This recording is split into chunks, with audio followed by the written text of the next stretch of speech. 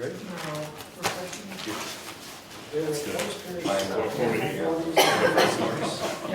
Call the meeting to order, please.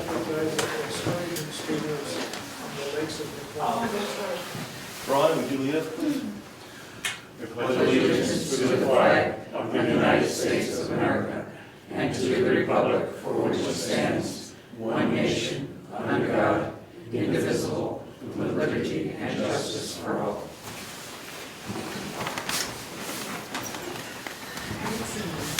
Well, thank everyone for coming. It's a big turnout. We have no scheduled speakers this evening. We'll take the meeting minutes from the 22nd of March first.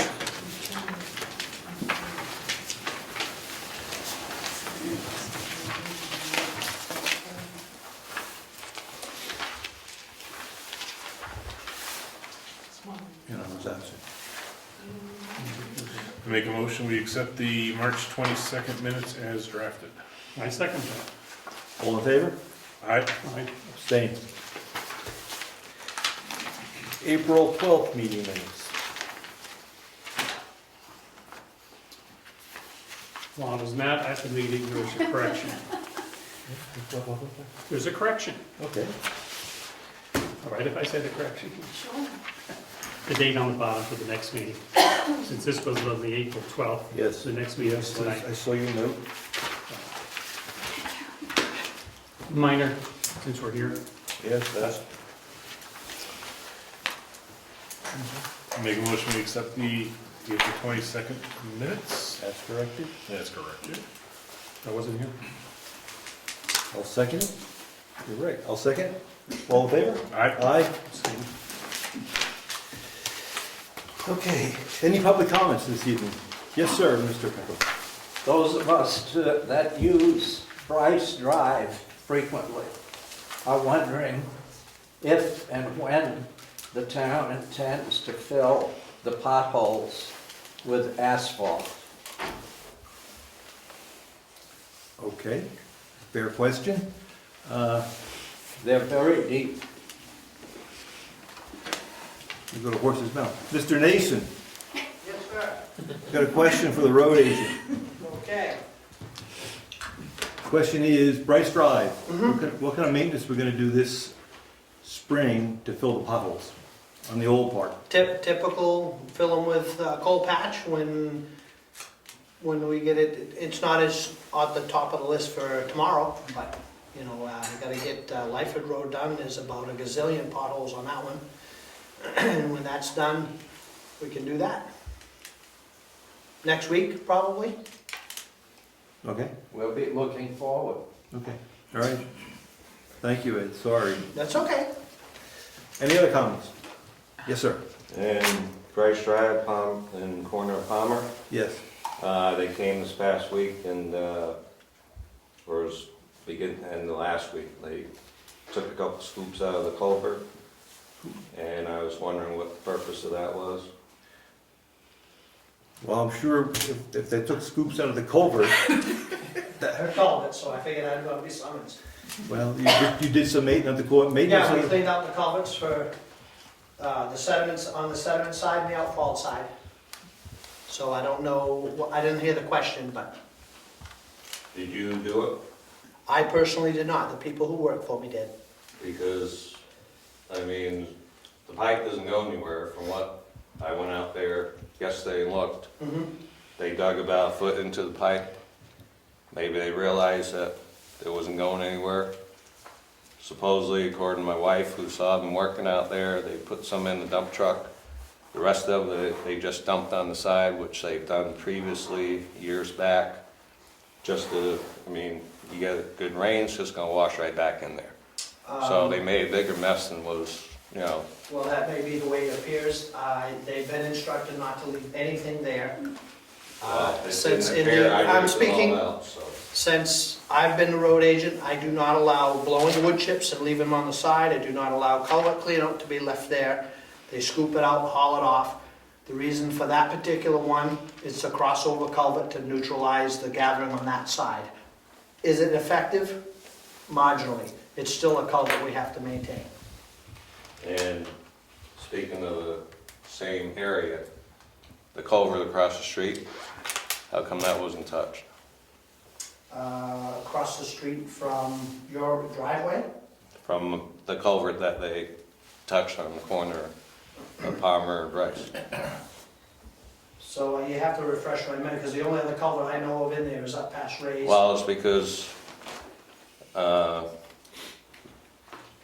Mr. Russo has been filling it in with lawn debris. So where that pipe goes is supposed to be the culvert across the street. Oh, But the it's all other end of the level same now. culvert, is that what you're asking? Yeah, it's all level now because how come they didn't dig that up? I'll go tomorrow and check it out and report back to you. But there is a culvert there, it's supposed to be. Well, if they And cleaned that's out where one the end, pipe I goes. assume it is there. So that's where the pipe goes. And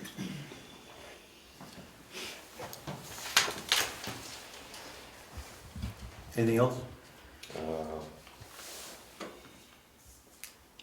Guess that's it right now.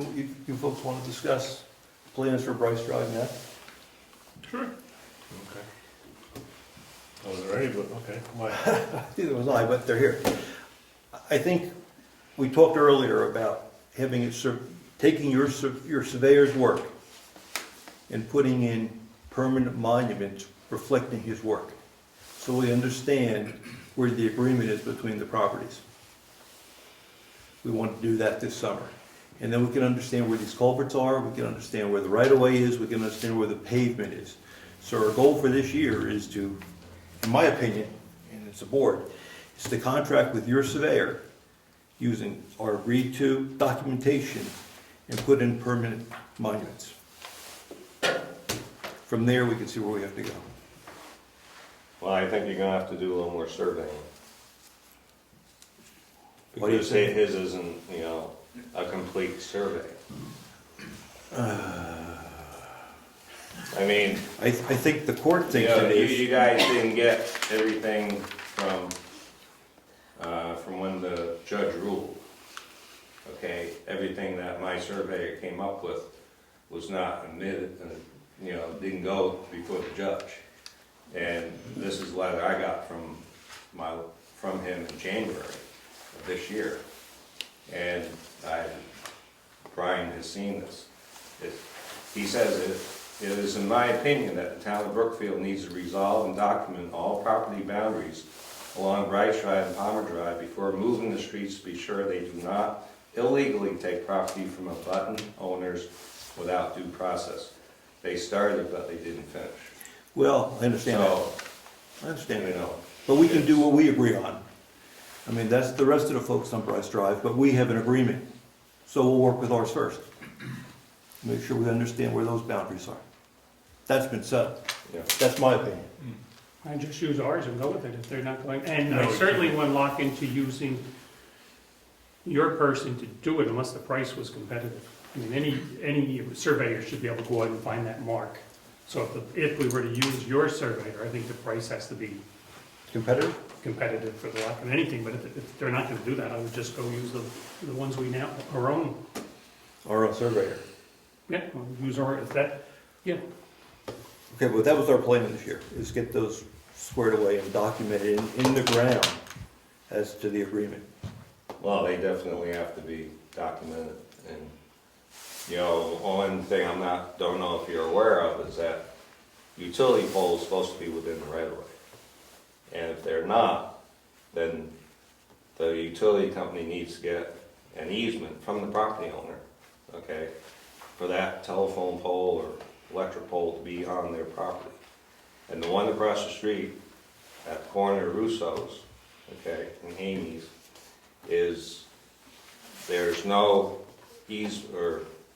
easement from the property owner in Eversource's records. And the boundary marker is like 2 feet in front of that pole, it's between the pole and the road. Okay, so if that telephone pole is in the right of way, that post boundary marker should be behind the post, which moves everything back about 3 feet, So Well- move the pole. okay? They'll move the pole. We'll That's move right. the pole 5 feet toward the road. That will certainly make sure it is, we'll just move the road over a little more. Or get the easement, but that's their issue. That's Eversource's issue. No, what I'm saying is that, that's a pretty definite, indication that the boundary marker's in the wrong place. It's loose as a goose, Okay. okay? And, most likely should be behind the post. Well, it's gonna be wherever the surveyor says it is. Well, that's what I'm saying. My surveyor's saying that it's not in the right location. Okay. And part of the reason is because the, utility pole supposedly is in the right of way. And according to the boundary marker, it's not in the right of way, it's on their property. So that's what I'm saying, it's, as Bill said originally when this whole thing started, opened up a can of worms, Okay. so. Thank you for that input. Well, Yep. if we find out it's in the right of way or not in the right of way, we'll have to have someone contact Eversource. Yep. Okay, anything else? Okay, treasurer's report.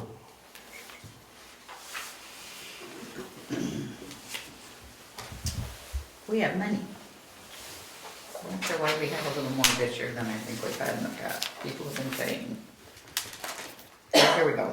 So in the checking account at Meredith Village Savings Bank, we have $140,859.27. In the savings account, $292,863.57, and in Profile Bank, $131,815.14 for a total of $565,537.98. That's going to start going down quickly though, because May and June are big months for the school district. I also called the town of Wakefield because I haven't gotten a bill and I don't see one tonight.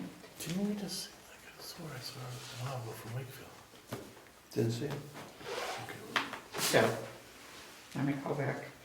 I have filed the quarterly reports for the first quarter of 2016. Both federal and state, they're due before April 30th. So that's all done. And I also have uploaded to the state portal. I think we're done with all of the town reports for now. I uploaded Virginia's MS 123, as well as the MS 9 and 10 from the trustees of the trust fund. So everything should be there. I did get a quote from, as most people may or may not be aware, the town is losing the carrier for their property and general liability insurance. I contacted Primex, and after multiple emails and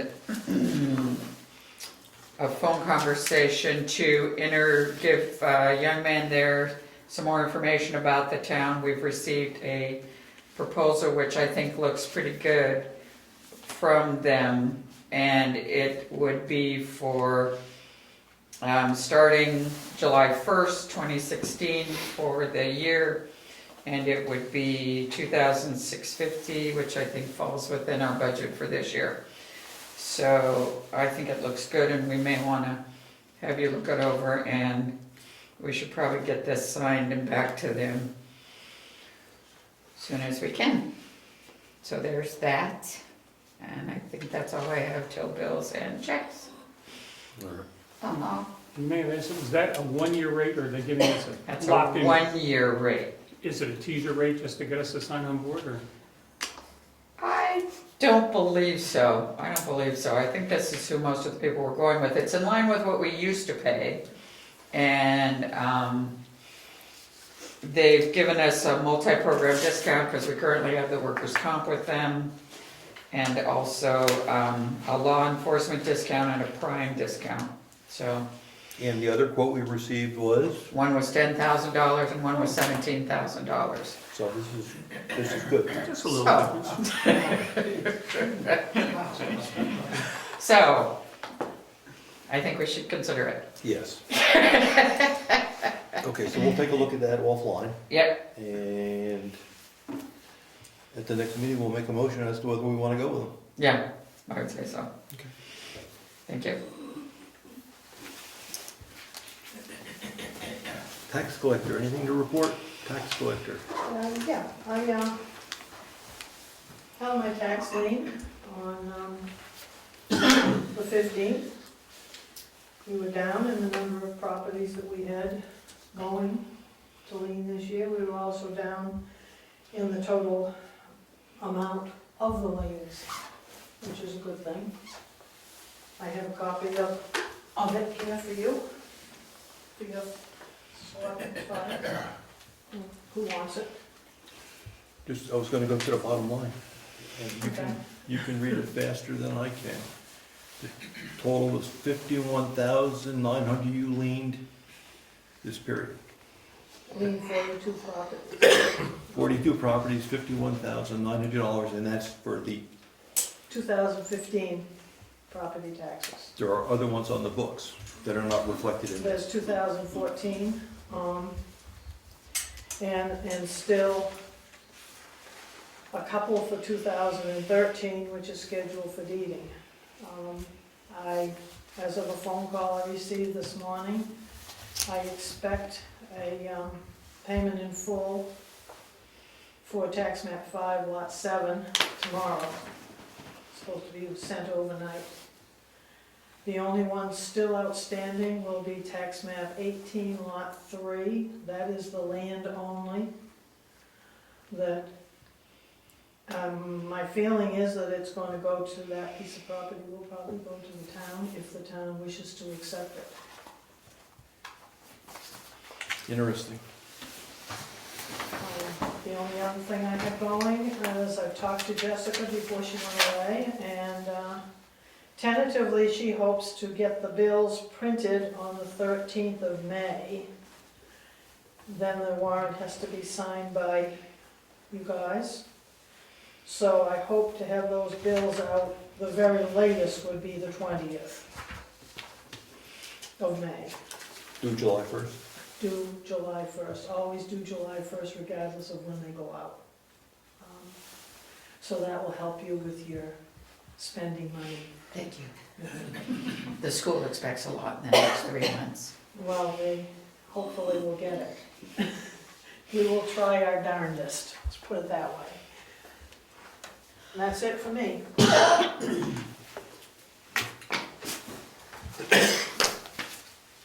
Maybe when we have an opportunity, the board should take a ride down and look at this property. Because what Diana brought up is we don't have to take it.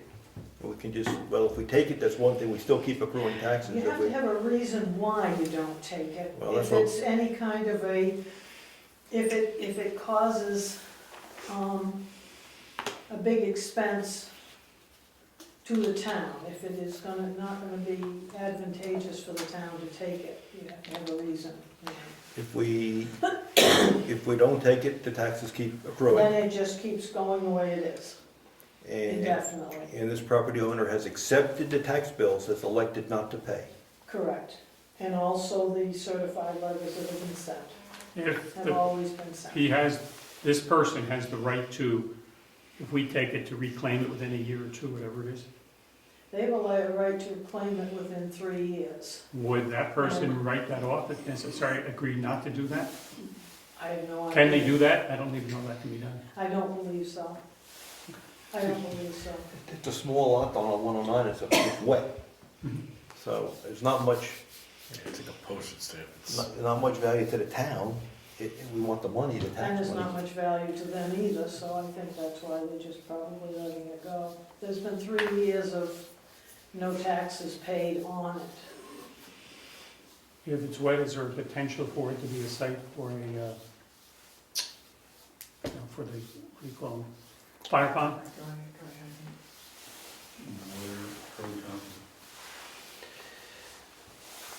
It's on this side of Drew Farm. In the Drew Farm, you go in the first road, and it's just east of that, there's a conservation land. And that's conservation land because it's moist. And further down the little incline, it comes into a low spot. Okay. And that low spot, I believe, is the quarter acre or half acre in there. Very potentially then could be. They said it's about where we need it though. Excuse me. Or would it be better using the money to fix one of the other ones that we have and Would be, better off fixing one of the ones we have. That's what I was gonna say, we're not even maintaining the ones we got, it's not building a new one. But you're saying use the money to build it, yeah. Or no, just take the land with that in mind, that that's what's gonna There's no happen. money value right now on it. Given it's low and wet, maybe that's the place for a pond is what the suggestion is. So we'll, all right, so there might be a reason for us to use it. So we'll have to look at it. We made a motion last meeting to hold off for 2 more weeks before you deed it, Correct. and that still stands, that motion. I believe that, I really think that that's the only one that's going to come up. I'm sure I'm going to get the payment for the other piece of property, that letter you sent for me Friday, I think. Which we said Friday, we'll probably hear from them. Good, we don't want the house. No, you don't want the house. The newest legislation, as far as that goes, I don't believe it's been signed by the governor yet, but it has gone through everything else over in Concord, that will reduce the amount of penalty an owner pays back from 15% to 10%. However, if it's a primary residence, then there's no penalty at all when they're redeeming it, so. I I don't voted know. no. I said I voted no. Because in the I interest of think the it probably was, I don't know, I wasn't over there, but I get a feeling it probably was. One group wanted a lot and the other group wanted the opposite, and it's kind of in the middle someplace. It wasn't even debated on the floor. Was it? No, just went right through and went by the vote. It was like, I'm making the number up, 350 to 50 or something like that. It wasn't even in the House. It wasn't even debated on the floor. I don't even think it was. Anyway, whatever, it was debated, but no debate, it just was voted on the floor. Okay, anything else, Diane? I'm all set. Okay, thank you. Planning board, Yeah, administrative assistant. administrative assistant. Are you skipping me? I just Sorry. have one thing. Sorry. This is a deputy warden appointment form for you guys to look at. Dave Champy, Moosebound Road, would like to be a deputy fire warden. It's an appointment form submitted by the forest warden.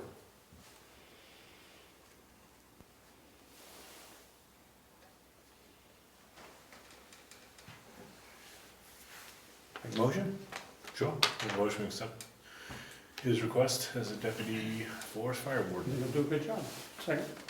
All in favor? Aye. Aye. You could keep the fire truck at your house now.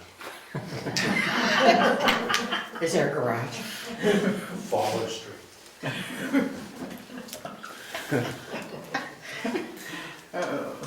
We'll get the ATV at your house. Keep it close to the woods.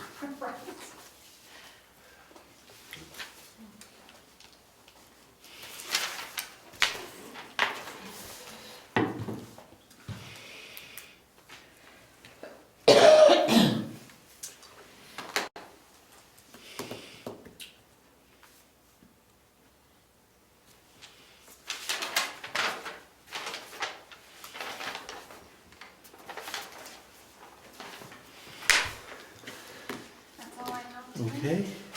Thank you. Planning board? Come on in there, sure. Okay. Planning board, any report? Yes, sir. Continuing work on rules and procedures, working on sorting out inspection of quarries, sand pits. We have some work to do on that. And education. Courses for the planning board are in Concord in June, and we have some people planning on attending. I'm getting some questions about master plan. Does the planning board, what's the planning board's plan for our master plan, updating our master plan? Well, continue work on the master plan. We haven't done anything since the town meeting on March. But as soon as we can fit it on the agenda, we will. There you go, okay. That's it. Thank you. Code enforcement officer. Not a whole lot, processing, just received an application for a building permit, and haven't processed it, I will finish it on Thursday. Then, didn't know if you folks, two things actually. I asked the archivist to look into the classification on the Tumble Down Neck Road from Primo's driveway to Camp Road. And I thought he said this week he should be able to finalize that. It looks like, I've seen from 96, 2003, and then 2005, where they were asked to change the classification from 6 to Class 5 to summer camps. And then 2 other times it was debated where that was gonna start and stop. So he's just gonna solidify that information with a vote. He's gonna look for the votes. So it was a class 6. Way back it was a Class 6, starting at what was known as Matlocks. And he's looking for a town meeting vote that would change that. Yeah, he has the dates and he has the wording that was proposed, but he doesn't have it wasn't printed, it wasn't, usually at the end they handwrite yes or no and all of that, and it's, he's just gonna go back into the vault and dig that up. But the way, if you read the wording as to, the first one is to change it from Class 6 to Class 5 to summer camps. Then the next years are debating where that line starts and stops, so it's, I believe it is a Class 5 to summer camps, it's just where does it start and stop. So that was one issue, and then the other issue is didn't know, I asked you at the last meeting to consider the yurt, and didn't know if you guys had come up with a determination and an opinion on that situation. The question that the code enforcement officer raised is, do we believe our zoning, the way it's written today, permits yurts in town? I think that was the question. In a nutshell, yes. Just a clarification, is that a yurt for full-time residents or a summer camp? Well, it was, this particular inquest was for full-time residents. Thank you. So, based upon our zoning, what's our opinion? The way the zoning is written now, Rick, make sure I'm right on this, is we do not allow tents on property as a means of full-time residence, right? Correct, among other things. Among other things, to include campers and what. Regardless of the fact that they want to put down a slab or how we want to describe the foundation and the quality of the structure, it's still a tent. In my opinion, it's a tent, and it's not meant to be a full-time residence. It goes against our zoning. Okay, That's my opinion. Bill? What is the construction of this thing? Is it, a dome type thing with slabs or with cement, or what is it? It's round, and it has a lattice work frame around the walls, and then it has a pole, a peaked roof. And they had it, the manufacturer has options, and the snow load for the roof exceeds the state's requirements. They have all their bases covered, with the exception of the state of New Hampshire's energy code requires an R value. They have a whole bunch of data. They don't put an R value on it, they put an E value, which is emissiveness. I think that's correct. It has to do with radiation and things like that. And their claim, and they have supporting documentation that it far exceeds the R value, but they don't put an R value on it. The testing and the way they do it, they don't put an R value. So that was one issue, and then the other issue is it a tent? Is it a structure that just happens to be canvas.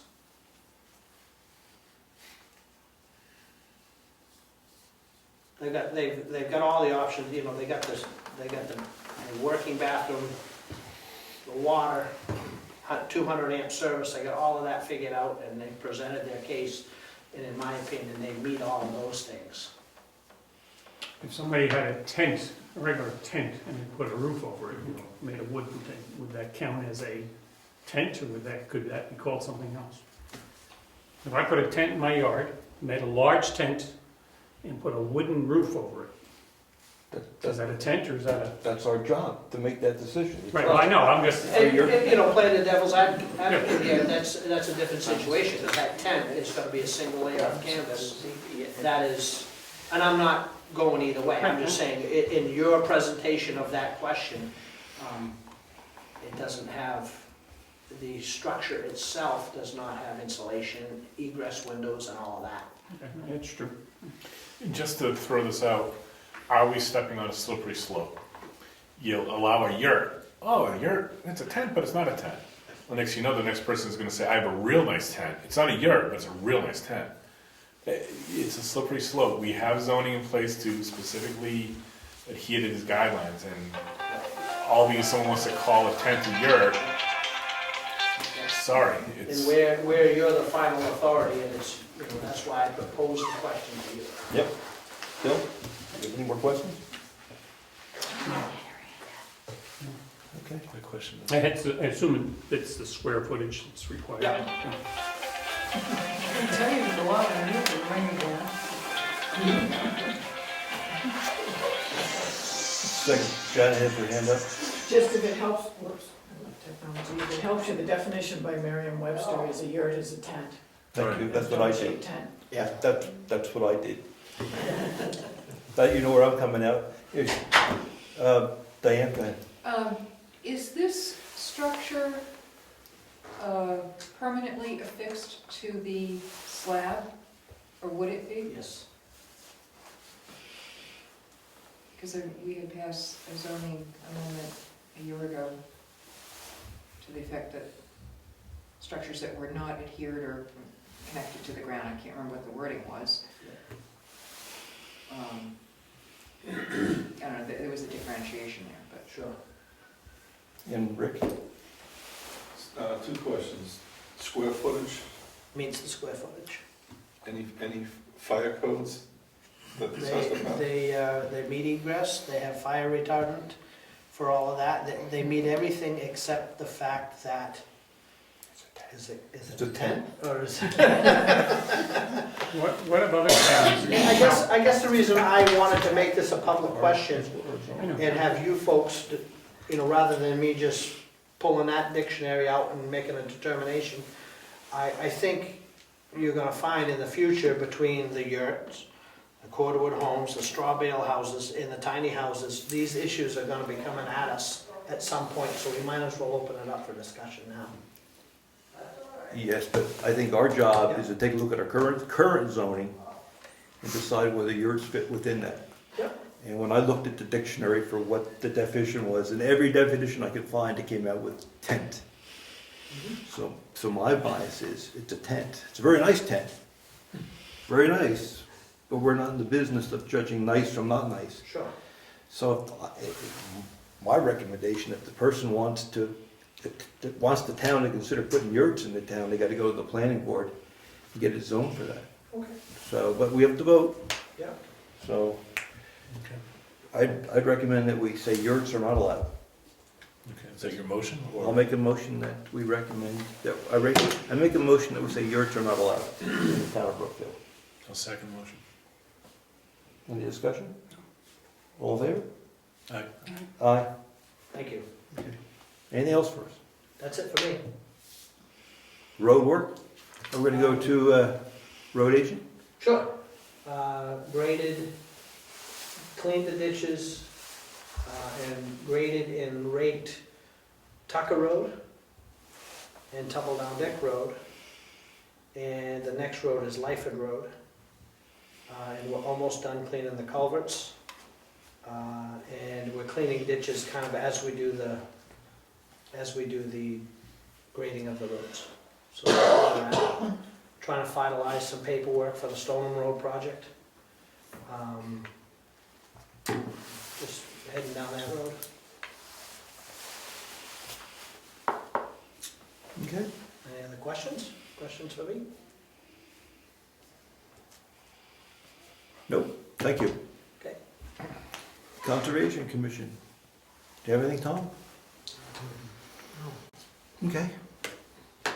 Many people volunteer to clean up roads? And let it sign up. Okay. More than that actually did.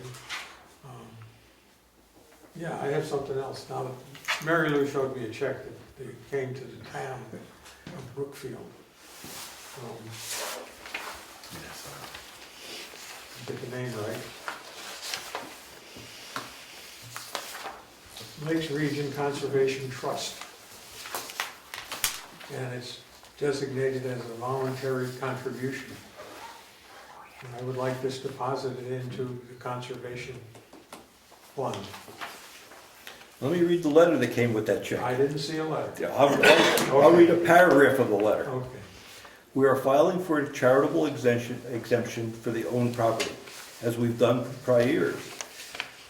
Nonetheless, the Board of Trustees also decided to make a voluntary contribution to the town this year.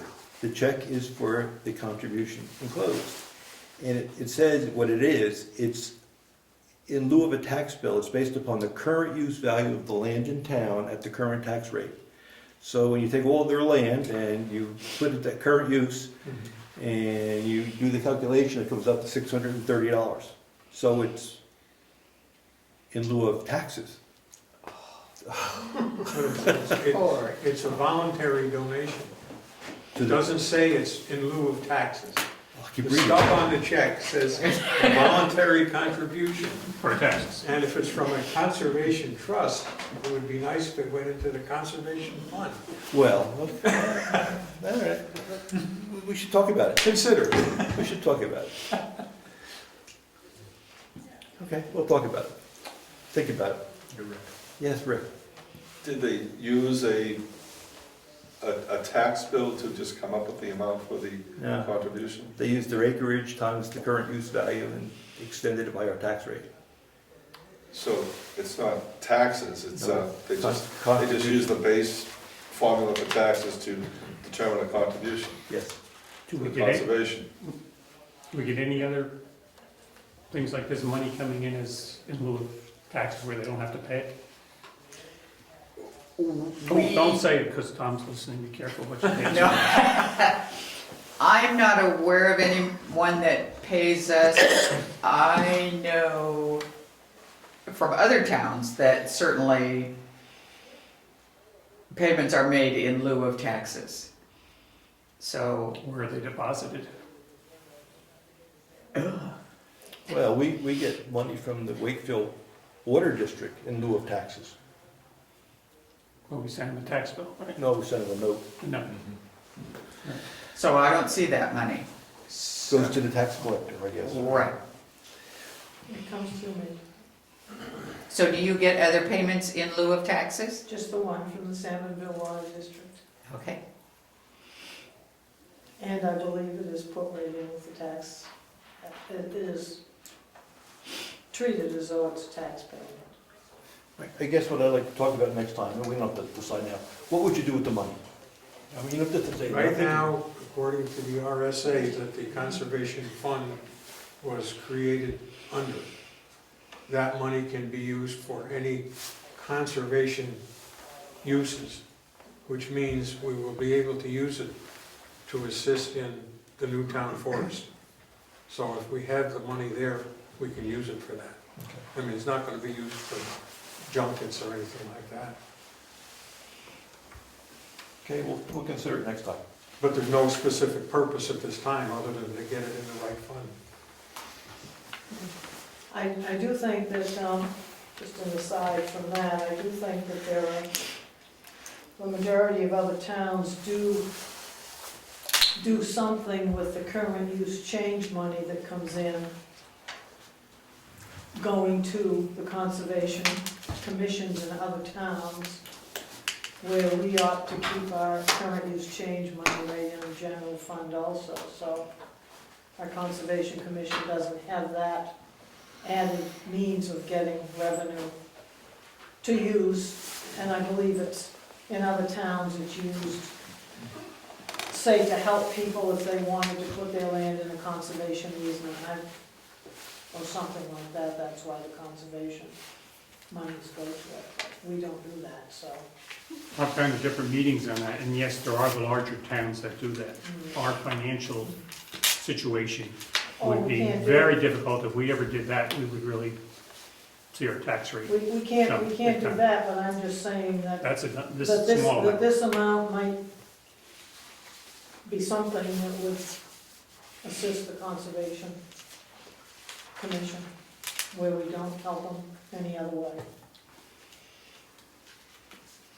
Other than an annual We do get- contribution, Other than Annual annual contribution Yeah, from the yeah. taxpayers. A small Yeah. annual contribution. Got that, Tom. Anything else, Tom? No. Okay, thank you. Heritage Commission, you're up next.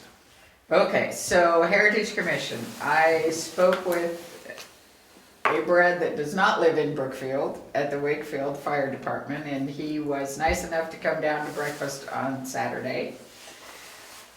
Asked him about the need for the townhouse to have an electrified exit sign.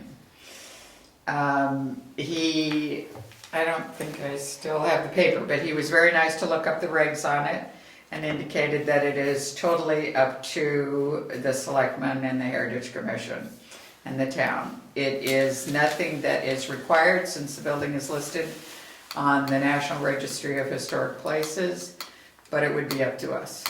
So we have that opinion and the reg. So I thought that was good information.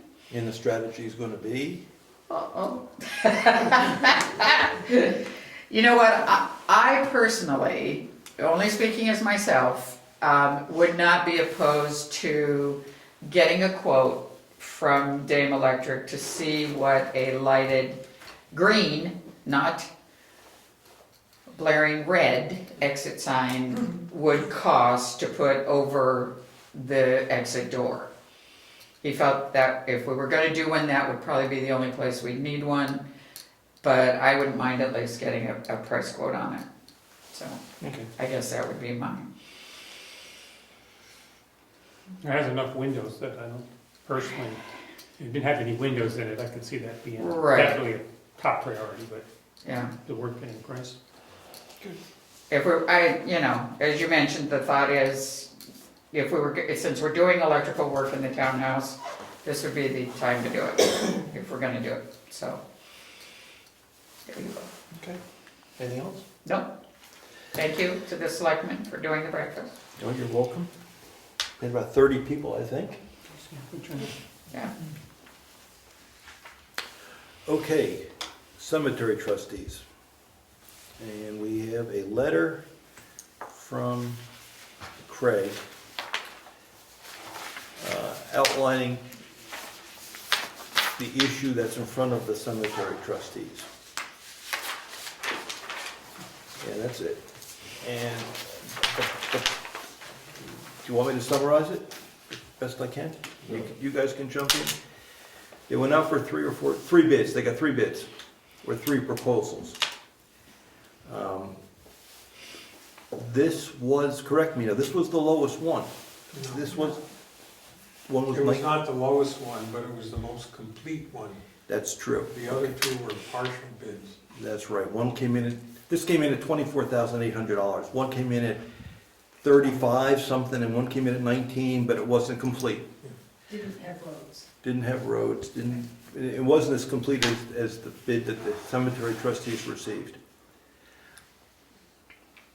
The problem that the cemetery trustees have is that $20,000 was allocated on their budget line, and the quote came in at $24,800.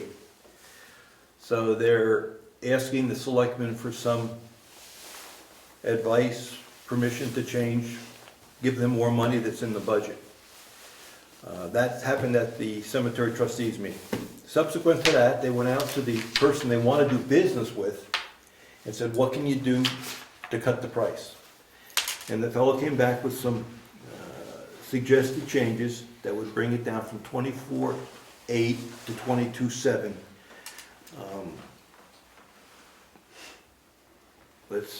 I just got this morning. Guess, okay, what are they not doing? The initial proposal had a 300-foot road going up the middle of it. And he agreed he would cut it back to just 100 feet, which would be adequate enough for the initial start of the cemetery for so many thousand less. But would still,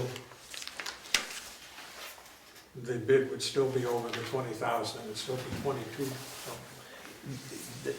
Excuse me, there were a hydro seed also, and I think Craig volunteered to use his spreader and put the seeds in, things like that to try to get the cost down. That's what's in front of the cemetery trustees. Rose, you have a comment?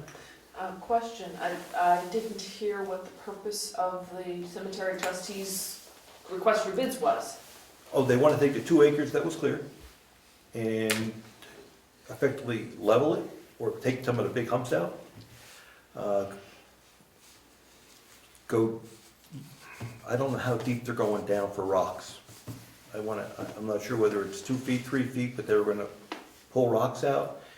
They're going to put in enough grave sites for about 100 graves. When you look at the land on the lower right, they're gonna put in some road work and map out some grave sites, I think about 100 grave sites.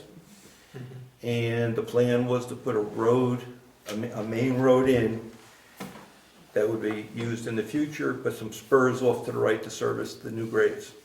The new road would go to the top back where there's some other plans for some other work in the future. Thank you. He's also gonna level off the other side. What was cleared? And What was cleared? hydro seed the whole thing, so That's the that 24 could be mowed and maintained as a field. as a field until it was needed. And the rocks would go around the rock The wall. rocks would be on the edges. An additional cost is we have to supply the loam and the loader. Well, the idea was we're putting a loam down at the town shed, so it's our loam. Okay, no, I'm just saying that's in there. It does say they're gonna seed it though. Uptown Brook supplied loam, spread loam on burial site. Oh, no, it doesn't say seed, okay. I didn't have the chance to talk to Craig about this. So I don't know what's different between Oh, this. here, hydro seed entire, But see, that was in the original one, so I don't know. I can't comment on that. I don't know what's different, came in this morning. Yeah, I think it's just the shortening the road. Oh, is that what he's gonna The do? 300 to the 100, and that would save the $2,100. That's the difference you see.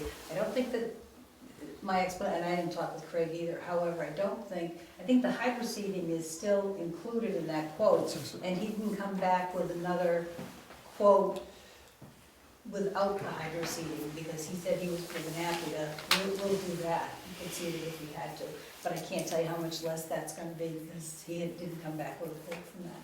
So what's in front of us is, they're struggling to live within their budget. But not all, but the quote that they want to go with is above it. Maximum is 24.8. They're asking us to allocate some more money to their budget line. Which we're happy to replace that money back to the town. In the meeting, that was the discussion, that we'd be happy to replace that money back. We just don't have that money yet from either there's a promissory kind of gift that's coming in, plus gravesite sales. So, okay, so if you sold some land, if you sold some plots, Right, you try to repay the money. correct. If you get some gifts, you try to repay the money. So you're looking almost for a loan from the town until you get the job done. Yes, sir, Richard. The importance of asking for the extension of $4,800 is to get everything as planned complete now while the equipment is there. If we can't do the relief for $4,800, the adjustment to the quote that you received today, we right away took out 200 feet of road And Craig said that we'd be willing to forgo the hydro seed, doesn't have a cost on that yet, and do the work with a spreader ourselves, although he did mention that the hydro seed was going to do a better job of making sure the lawn comes in. So he'd like to have that. But just in anticipation of us not being able to get the extension, he's already started looking for concessions on the quote. Couple of questions. Does he mention how small a rock, down to what size rock he's gonna be taking out of there? No. Does He he, mentioned the equipment he's gonna use. In the original proposal, he was gonna take the soil and put it through some sort of sifter. a grizzly? Yeah. So I don't know what size rock that takes out. I didn't know if he actually wrote that down there. Because that's the bone, no pun intended, but that's the bone of contention between all of those bids. And then, is he expecting to loan the whole 2 acres with the No. town? Okay. No. But he's gonna hydroseed the whole 2 acres? Yes. Now, all we have here, we don't have a proposal here, the proposal's at the cemetery trustees. Okay. This is a reflection of their bid problem, their over budget. So those questions came up in the contract that the cemetery trustees, or the proposal that the cemetery trustees had. They were gonna hydroseed the entire 2 acres except for where the graves would be placed. And we take the topsoil from down here and use that down there. And I didn't bring that into the contract. I was just, because I was gonna say, if he was expecting, when, I was confused because of hydroseeding the whole thing Yes. and spreading the town's loan, you got a lot of loan, but I don't think you got enough loan to do the whole 2 acres. So, I was just curious of that. 70,000 plus or minus square feet plus a 2 acres, Yeah, it'd be more than that, it'd be 80. He wasn't gonna hydroseed the grave area. I believe. So right? that's, Entire disturbed area, 70,000 square feet. I think the big thing is to get it all level and to get grass-type plants growing on it so that it doesn't go back to a forest or a bunch of trees and everything else. And you can still mow the whole 2 acres, even though you're only gonna use a portion of it. Yeah, no, I didn't want somebody to think they had enough topsoil. 2 acres 80,000 alone. yards of topsoil. Very thin. Painted on. Painted on, yeah. And then the grass dies out on the first hot day, so, you know, I was worried about that. Rick? Question for Eddie, how big are the holes on the Great and the Grizzly? They're all different. I think he was talking about taking out rocks down a couple of feet up to softball size. Like a 6 inch minus. This is the fellow that the cemetery trustees want to go with is the fellow that's done the work in Wolfboro on their cemeteries. So he knows what they're looking for, and they felt comfortable with the person's expertise doing this work. That's why they didn't take the lowest one, and the highest one was just too high. So the question is, what do we want to do? I think it'd be penny wise, pound foolish to cut back. I think I'd rather put the 4,800, get it all done properly now while the equipment's there. You're not gonna have water and irrigation on there to get seed to take, so hydroseeding's gonna have a better chance of taking. I'd rather spend the extra 4,800, and if we can get some or most of it back in order to keep the budget balanced, then great, but I'd rather find the money in the budget and get it all done. Okay. Bill, where? I would agree with that. I would too. So let's make a motion to increase Uh, what? Go I just ahead. have a question now. Yes, sir. I feel uncomfortable signing anything until we've signed the purchase and sale agreement, or this has to be based on. We own the cemetery land. The cemetery, Oh, that's true. I'm sorry, I'm thinking of the other things. Yeah. Sorry. I will make a motion that we extend the budget by $4,800 in order to meet the quote that Cemetery Trust has put forward. Okay. All right. Second it for the purpose of discussion. Okay. We have saved money from our snow plowing, unless you went crazy today. Sure, just let the road budget do it. Well, I mean, it would mean since this is an area where we have saved, thank heavens, this year, with Mother Nature anyway so far, so that might be a potential area if we did not get that money back to steal it from. So noted. Any more Use the word discussion? steal, you sound like kind of No, it was on camera, just said steal. Reality, reality. reallocate, that sounds nicer. Any other discussions? No. No. All in favor? Aye. Aye. Okay, good. Next thing on the agenda. Any other boards or committees that like to? Forest Board. This is you. Hi. I have nothing to report.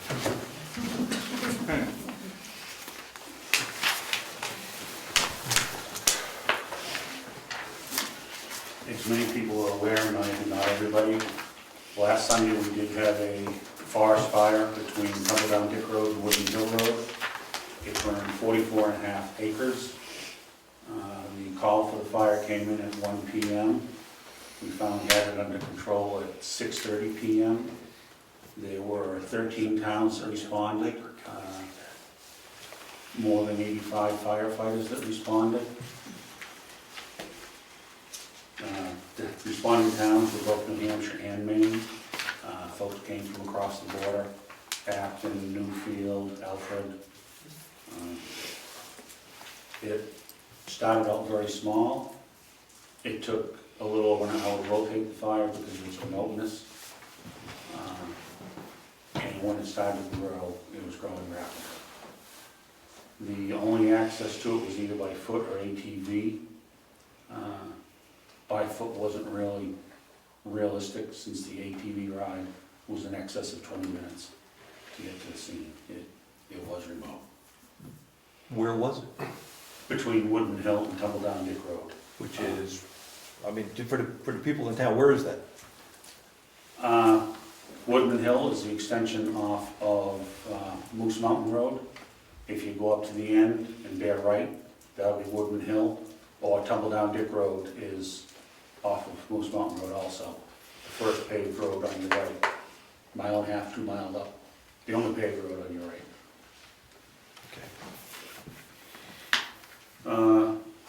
There was a lot of equipment that was donated. Operation, a lot of ATVs by both our residents and surrounding communities. There was donation of chainsaws, leaf blowers. No, we don't use the leaf blowers to make the fire better.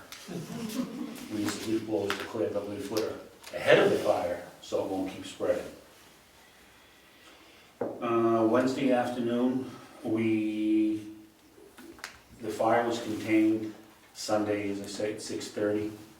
There were 3 people that stayed on the fire scene overnight to ensure that it didn't rekindle, and if it did, to be able to either put it out or summons help to put it out. Then we responded again on Monday with 6 towns and more than 20 people to do what they call mop-up, where we went through and took care of all the hot spots. Be sure there was no spread of the fire that might have been missed by the night crew. And that took us from, we started staging at 7, deployed a little after 8, and we had everybody back in staging by 5:30. So that was pretty extensive also. And again, access had a lot to do with it. And where it was pretty rough terrain. So even working on it wasn't a lot of joy. Cost. Everybody's favorite, or a popular topic, shall we say.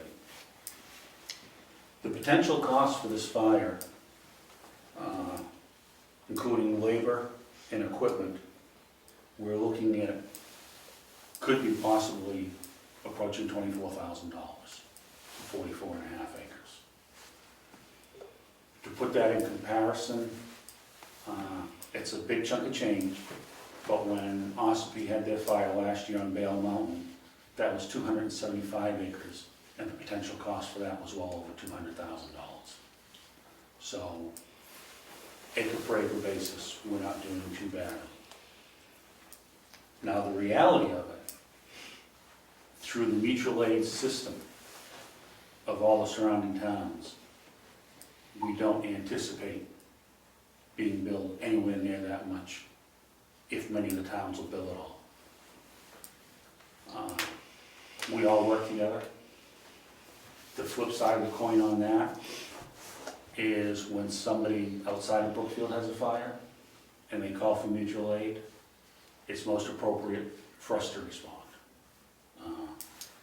We can't take and not give, I guess is the way I would put it. And the fire was primarily leaf litter. It was a surface fire, it didn't burn deep. Fortunately, the ground is still deep enough. It did get small vegetation. That did burn, but it didn't climb any trees. It didn't do major devastation, which was very good.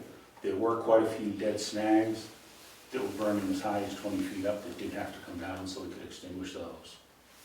So there was, on Monday, a fair amount of chainsaw work involved. And that's the fire in a nutshell. Any questions? No, just thank you for the whole system, for doing your thing. Any probable cause? No. Mother Nature. Because the remoteness of it and not where it looks like it started, not immediate trail side access. It's anybody's speculation, Tom. It could be anything from somebody walking through the woods to as much as just a shard of glass with a light reflecting through it, like happened down in Stoddard. Well, actually, firefighter down there held the glass in the right direction, but, so it's. Yes, Rich. So, will the allegations coming from Stoddard return the record to Brookfield? No, The largest fire for the weekend? no, because theirs was 190. 200 acres or something. 250 acres total. So the last fire was the big one, like 190 acres or whatever it was. No, I was wicked excited. Sunday afternoon, we had the second biggest fire, because Stoddard was only reported at 47 acres. Right. So I thought we were doing good. However, Pretty close. yes. So, Dick, next. Two questions. All in Brookfield? Yes, it Nothing- was. Nothing in Wolfboro? No, What's the water situation? not really. There was, when you go up Woodman and take a left, go down over the hill, there's a little bit of a swampy area. We did have a pump set up there.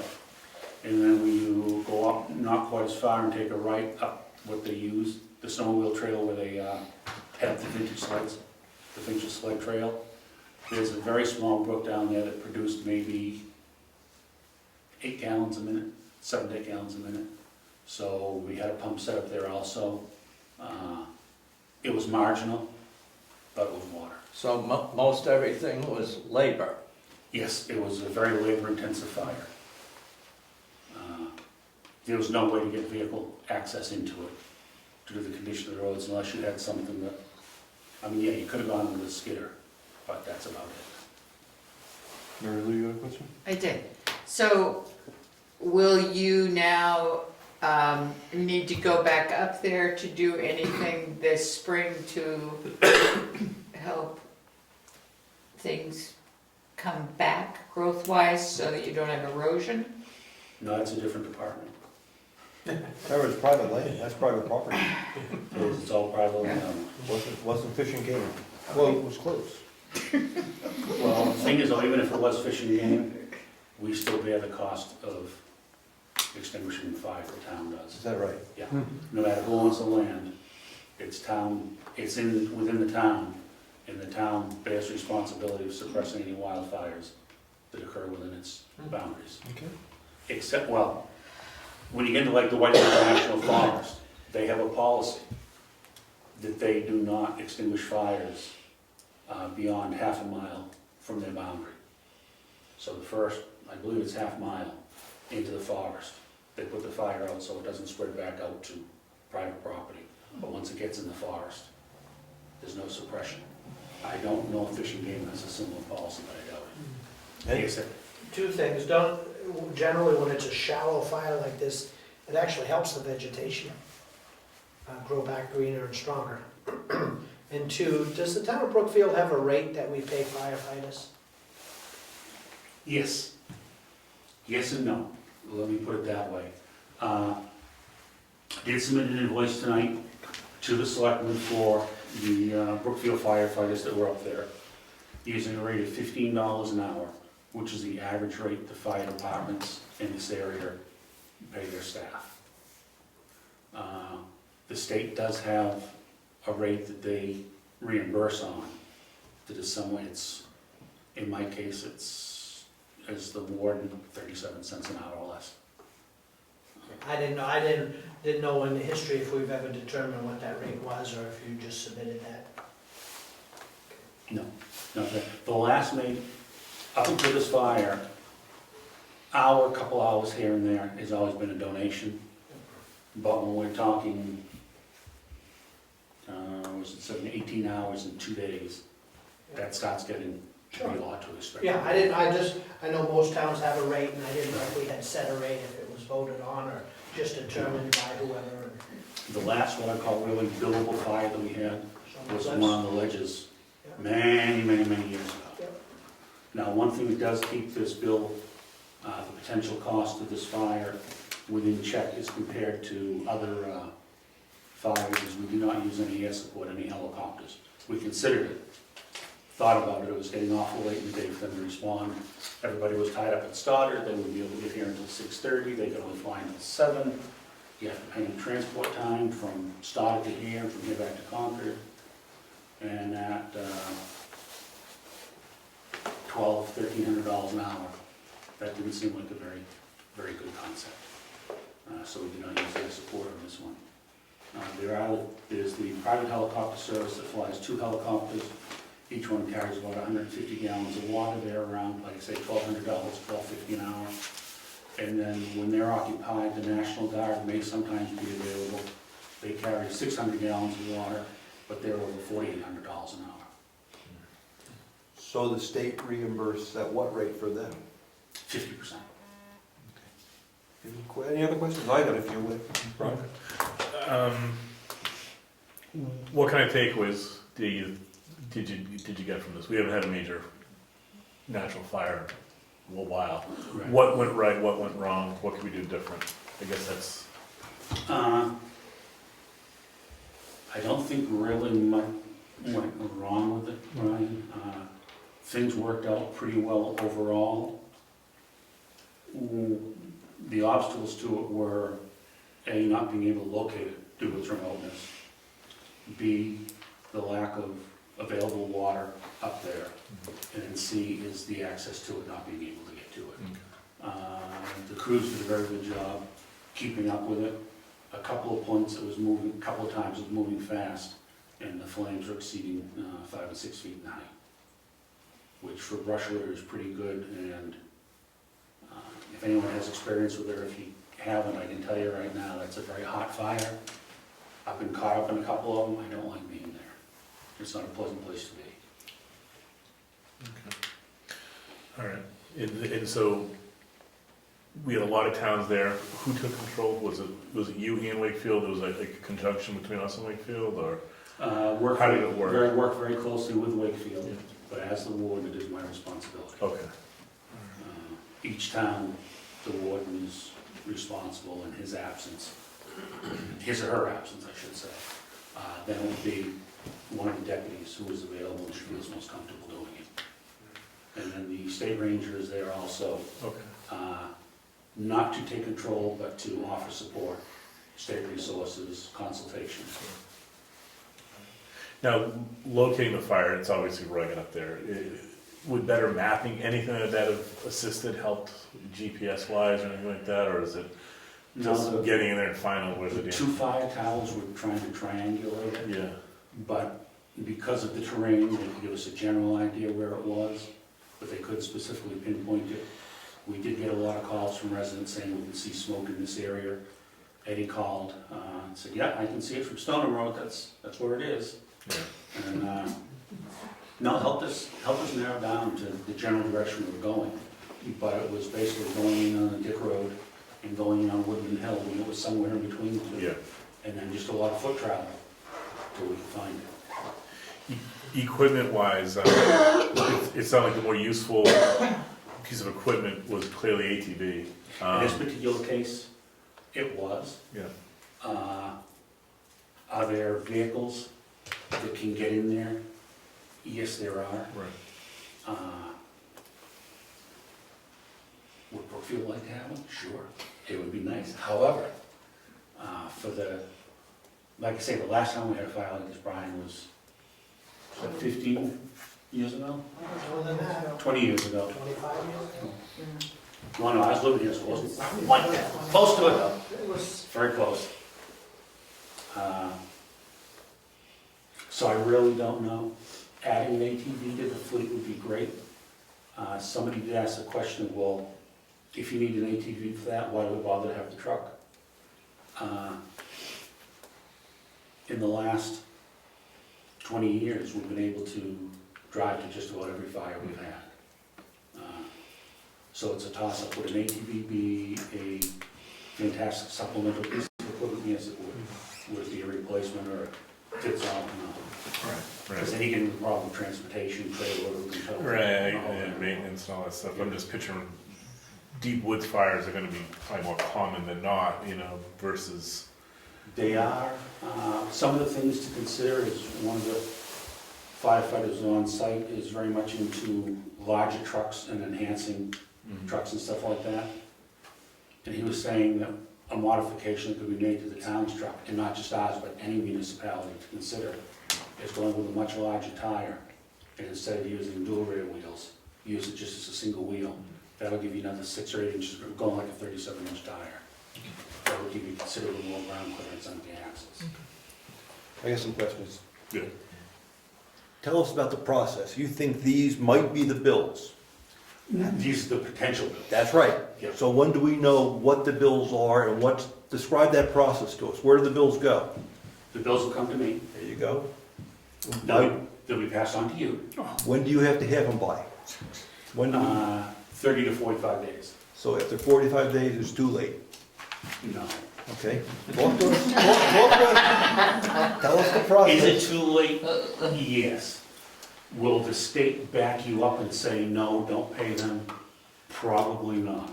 In that case, I would use, say, 60 days as an outside figure, Rich. All right. It's supposed to be with 30, but with reasonable, considering that many of the towns don't have full-time staff. It's people like me trying to deal with this. Sometimes it does take a little time to get the bills completed. So we got many. By July 1st, we'll know. By July 1st, we'll know. Okay. And then the way that works Go ahead. is the town pays the other towns, Yes. pay the bill, submit the paid invoice The to town. the state. The town does. The town does, we would. We being we or we being we. We, Wait a minute, who are you pointing to? proverbial, not just proverbial, we. Just want. Yeah, but we don't know who to send it to. Want to Yes. understand the we. Yes, the bill will come in, the town will pay the bill, the marked invoice will be sent to the state.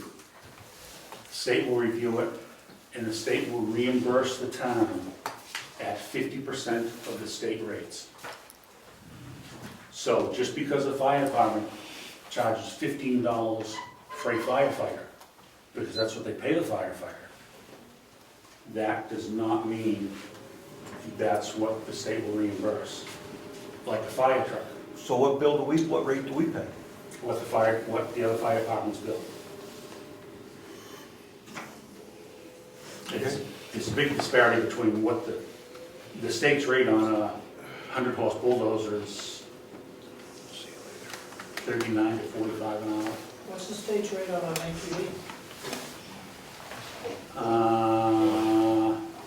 Think about townspeople do that, you might have more volunteers.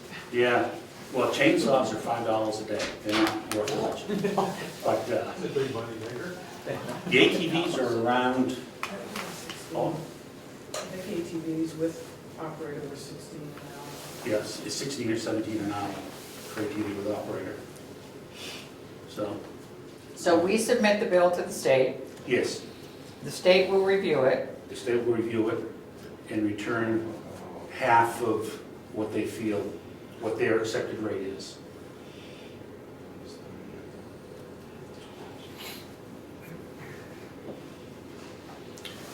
So on the invoice, we had 3 people from Brookfield working there, that's it? That's correct. 3 on Sunday and 2 on Monday. Okay. And now a concern for the board. I don't think, Negative. did they consider using drones? No. Could we have? Possibly. Problem with drones is they're very susceptible to wind. And it was a little breezy on Sunday. Not really sure where we're going to go, or where they're going to go. A little help from the wind. Had quite a conversation with my nephew over the weekend, who is very big into that and has built more than I care to think about. And he was saying what people think of as a typical drone with the 4 propellers that travel vertically is not the type of unit you would use for this type of recon. What you want is basically a radio control plane or a GPS controlled little model planes. That's like the miniature version of what the government flies for drones. And I'm not aware of any that are in this area that equipped to do that. We did, one other thing I'm investigating, due to the number of calls we're getting about people seeing smoke and ash falling in their yards. We had folks down, I got calls from people on Governor's Road saying they were getting ash on their decks, what was going on. We tried to institute the reverse 911 system so that 911 would do calls out to the residents, letting them know what was going on. There was some type of glitch in there. We went through Ospey Valley Sheriff's Office dispatch, and they weren't able to get it straight with us. So that's something that I'm in the process of clarifying right now. And I have answers for the next meeting as to why that didn't work out. Good. Okay, thank you. You will? Thank you, good job. Thank you. Now, for the board. We're not done yet. You're not? You invited me up there. Can I move on to another topic briefly, sir? Emergency management. Sure, committee reports, go for it. Back to one for a brief minute. Fire ponds, we talked about those. I've made arrangements to have a diver come in and do an inspection of all the fire ponds. That'll happen, depending upon the warmth of the water, hopefully before the end of June, if not early July. And I would suggest, well, if that's the board, that we hold back on it to see where the budget comes out. That's fine. Because the money we're spending here comes out of that budget, and if we don't want to overexpend. So we might not do that. So let's hold back a little bit till July to find out, once the bills are in, how much we have to spend. That's my take on that. Yeah, but if it's coming out of the, oh yeah, to see if finding out the bills come in. Yes. Yeah. Yes. Well, because the dry hydrant budget was $2,000, and the forestry budget was $2,250, as I recall, in that ballpark, of which $1,300 has already been spent. And we don't have all the bills potentially. For the fire, you mean? No, I'm talking prior to this fire, $1,300 was spent. Oh, okay. There was $1,000 for the body work on the truck. Well, the bills are in the pile. Okay, yes, and slow it up, please, until we find out where we stand on that. Okay, be happy to do that. And then on emergency management, last year we updated our hazard mitigation plan. That's all set and finalized. It's now time to update our emergency operation plan, our EOP. Have a memorandum of understanding to do that. The cost of the plan, bottom line, is $7,000. However, there is grants available to do this for 50% of the cost. So the feds are going to pay $3,500 to have this plan done. That leaves the town with $3,500. It's a soft match.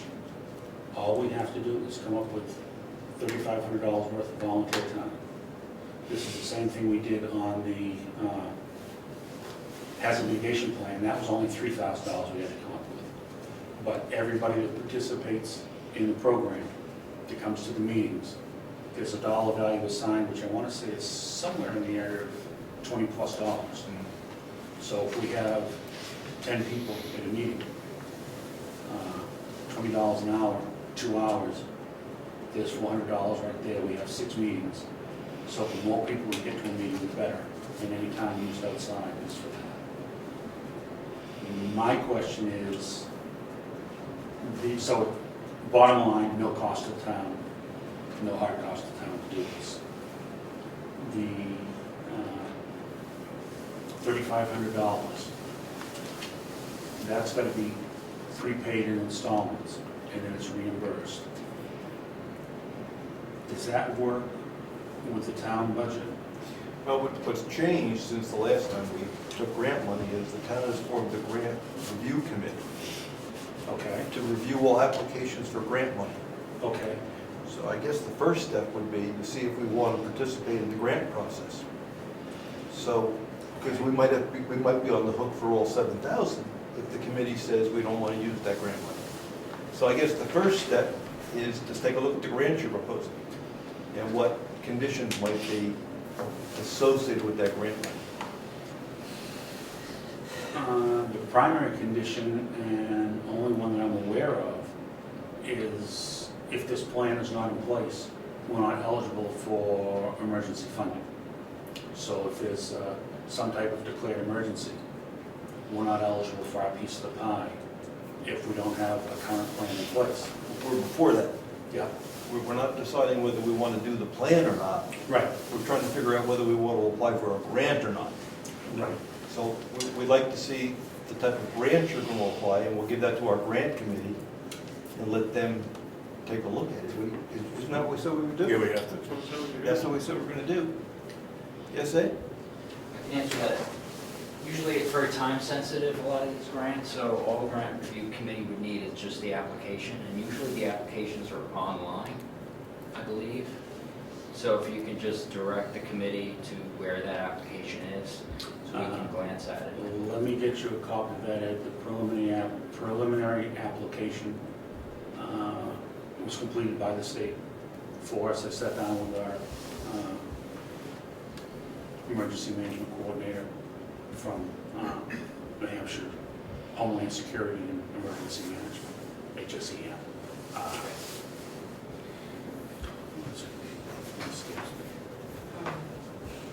Anyway. But you're talking about the grant, the actual state grant review committee that they actually have also. Yes. That's where it comes from. Yes. It's the same unit that does the Homeland Security grants for the county sheriff's office, I believe. Yes. Yeah. So what we would have to do is see the application first. Okay. That's usually the process. Application first, back to the selectmen. With the recommendation, or it wasn't really a recommendation, you were going to explain to us what was in the grant with respect to conditions. And just so you understand what the grant is asking you to do in return, and then you would authorize the application to go through, to be filled out, and then go through that process. So the committee was, I believe, Mary Lou, Ed, and Ed, if I remember correctly. So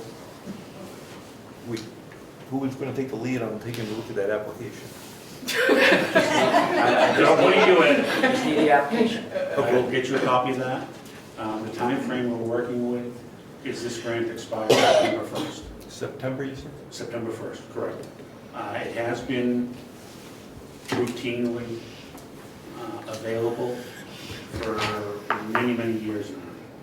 However, with the political climate in Washington, we never know what's going to happen from one month to the next. You have my email, correct? I'll get you my email. Yeah, I was going to say, if I don't, I will find you, Ed. Okay, and I'll copy the selectmen on it. Okay. Thank you. Thank you. Sir. Thank you. I had one comment or concern for the board. And correct me if I'm mistaken, Brad, but at the fire, the warden's in charge. So he brings in the resources he needs to fight the fire. If he thought we needed air support, the towns would be on the hook for really large numbers. Yeah. I don't know how we pay that bill. I mean, big numbers, not 25,000, but pick a number. 200,000. Yeah, and our whole budget is 700,000, so I don't know how we deal with that. We might have to think about how we're gonna either start an expendable trust fund, Sell the townhouse. go bankrupt, sell this townhouse. Suggestion was made. Anyway, we have to think about, if we head with this, what we do. Do we want to start an expendable trust? Don't have to decide now. But when the things are burning, you try to put the fire out the best you can, as fast as you can. So, Does our general liability policy have any? the insurance side comes out. Okay, let's, There are a few things here that come into play which people don't always think about. There is the life safety issue of what's going to be within the fire area. Here we're lucky being remote, there are no buildings. Yep. Or our lives could be compromised. You do have the safety of the firefighters. But the standing timber also has value to it. It's got scenic and environmental value to the town, but also to the private owners. That represents a chunk of change. They do routine harvest to pay their property taxes. They do a retirement harvest to supplement their retirement income when they retire. So there's a lot of different areas. Now with a new town forest, there's quite a responsibility for that now too. I'm just saying that's added into it. That yes, but when it's burning good, right, you want to put it out. Yeah. Unless it burns the next time, and then we're done. Well, no, then it's They call mutual it aid. mutual aid. Exactly. Okay, let's move on, it's getting late. We have a new business on the agenda. Staffing and emergency backup plan, office building maintenance, kiosk policy, and purchase and sale for the Hunterland. Let me jump around a little bit. Let's do some easy ones first.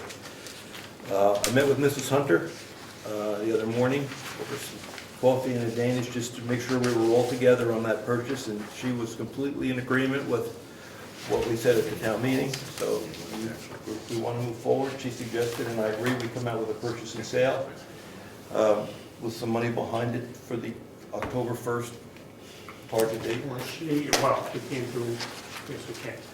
Was she willing to do the change that we could do, that wording change, of doing what we want with the property, for example, for a regional school? Yep, absolutely, absolutely. She says, I brought that specifically. You know, we're not sure we would own that property. How do we deal with issues when a school might want to be built there and be part of the school district? Good point. We want you to make sure you can do that. You have to make sure you put that into your covenants, if you will. So I'll talk to the lawyer about getting the purchase and sale squared away, just to get that going. The other issue that's easy for us to talk about is the kiosk policy. We have two kiosks, one here, one up on Stoneham Road. 91A says we have to post in two places, and one of those places can be the town website.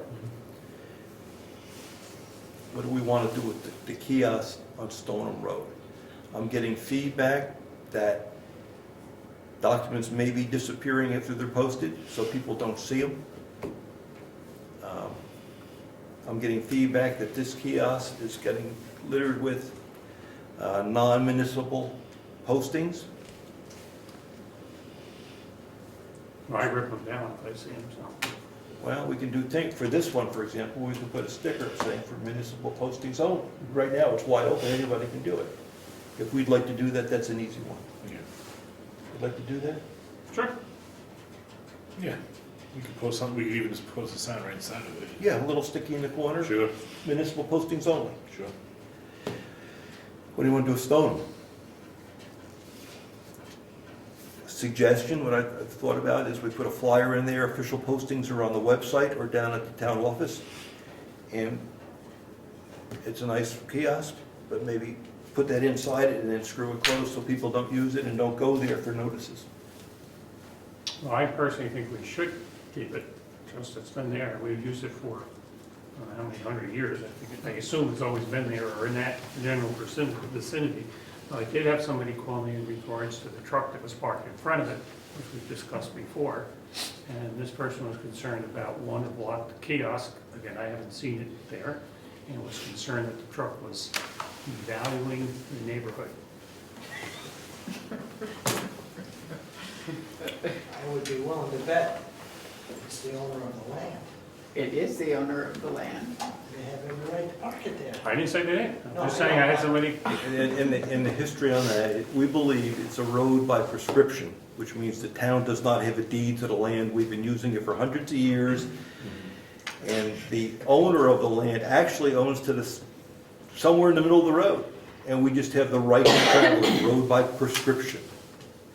So, so do we have anything when we put the kiosk in, any agreement with that? I'll have to go back and look. but that's maybe a different issue. What do we want to do? Do we really want to maintain that and put postings up there and make it an official location? I mean, if we're going at it historically, I think we should. We don't have to. I understand that. So we're going to ask whoever posts to make sure they post up there also. We've done it for a couple hundred years. Yes. Hey, I'm only one person. Yes, but yeah, you're right, that's I'm your only one. opinion. Talk to him, he said. Now we have a website that's allowed to be used too, though. I'm sorry, you had a, That was exactly my point. 100 years ago, we didn't have websites accessible to everybody. do you have a comment? Where are you coming on this one? I like having the postings up there, but if we need to be vigilant. If we can't be vigilant, then it's a double-edged sword, because people don't see a posting, they'll not look for it on a website. And then it could be construed as an illegal meeting. So, I mean, if we use it, we gotta use it all the time. And that's way up in the country, by the way. You could, We can fax all the postings to somebody that lives up there. The property owner? Yeah, the property owner. I'm sorry, Tom, you gonna say? I went up there the other day and posted for the breakfast in the town cleanup. It's in need of repair. The third glass, plexiglass is broken, so you can't even really post anything in there. So if you're gonna use it, you're gonna have to do some work on it. It doesn't have to be 3 panes wide if you're only gonna allow municipal posting.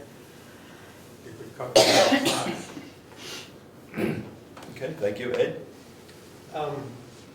so you could name the website as one of the official, but out of courtesy, still use it, so it doesn't put you in a legally binding situation to miss a meeting or misnotice a meeting. That's fair. We could say the official sites are this kiosk. This one in the website, but out of a courtesy, still post up there.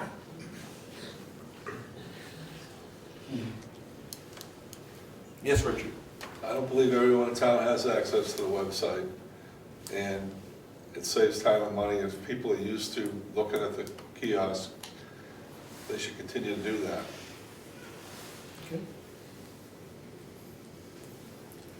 Okay. Then we have an issue if that is used, we've got a truck in the way. Well, let's see. Do we blow up the truck if it's not our truck? If we're gonna use it, then we have to deal with that. Are we gonna use it? We're gonna post there? Look, we've got a comment, we've saved by a comment.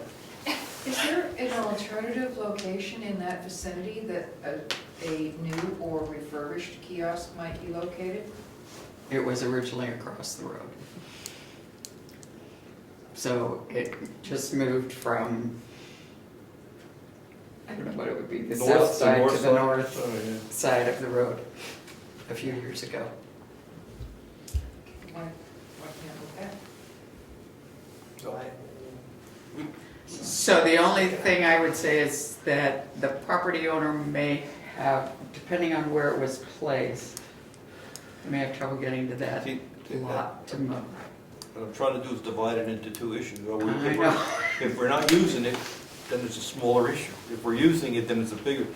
Brad, you have a comment? Yes, there's not a lot of room up there. When it was across the road, I can speak from experience. It was an awesome target for the wing on the snowplow. That's why it got placed where it is now and set back off the road, so it wouldn't hamper snow removal. And also, there's a big chunk of utility pole that sat beside the road, which between that and the stone wall kind of presented a motoring safety hazard also. Okay. One more, last one, go ahead, Ed. I agree with Brad. I mean, it was moved safety too, because you couldn't pull off the road. You had to stop in the road to read the board. So, And it drops down. oh yeah, it just wasn't Right a after good that. place. It was a very wise decision to move it, plenty of space to get off, as long as the truck's not there. So the issue of the truck is, the truck's not there, but once in a blue moon. Different. Maybe We'll- twice. We'll get to that. We're gonna, so the question, we're gonna continue to use it officially, or is it supplementary? Whatever we decide to do, we have to do.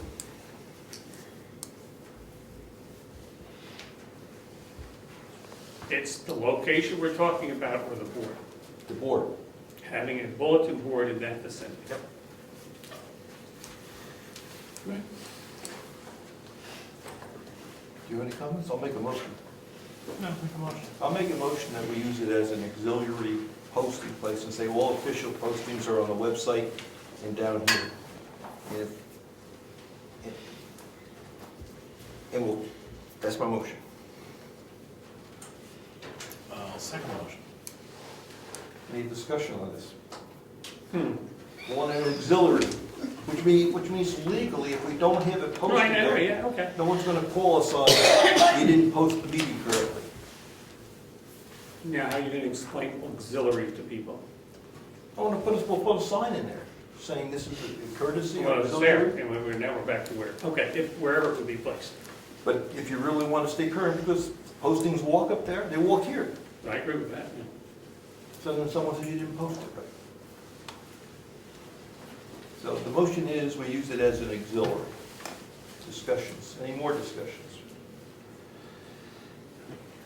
Okay, let's vote on making it auxiliary. All in favor? Questions? We're in the voting mode. We're in the voting. Yes. Aye.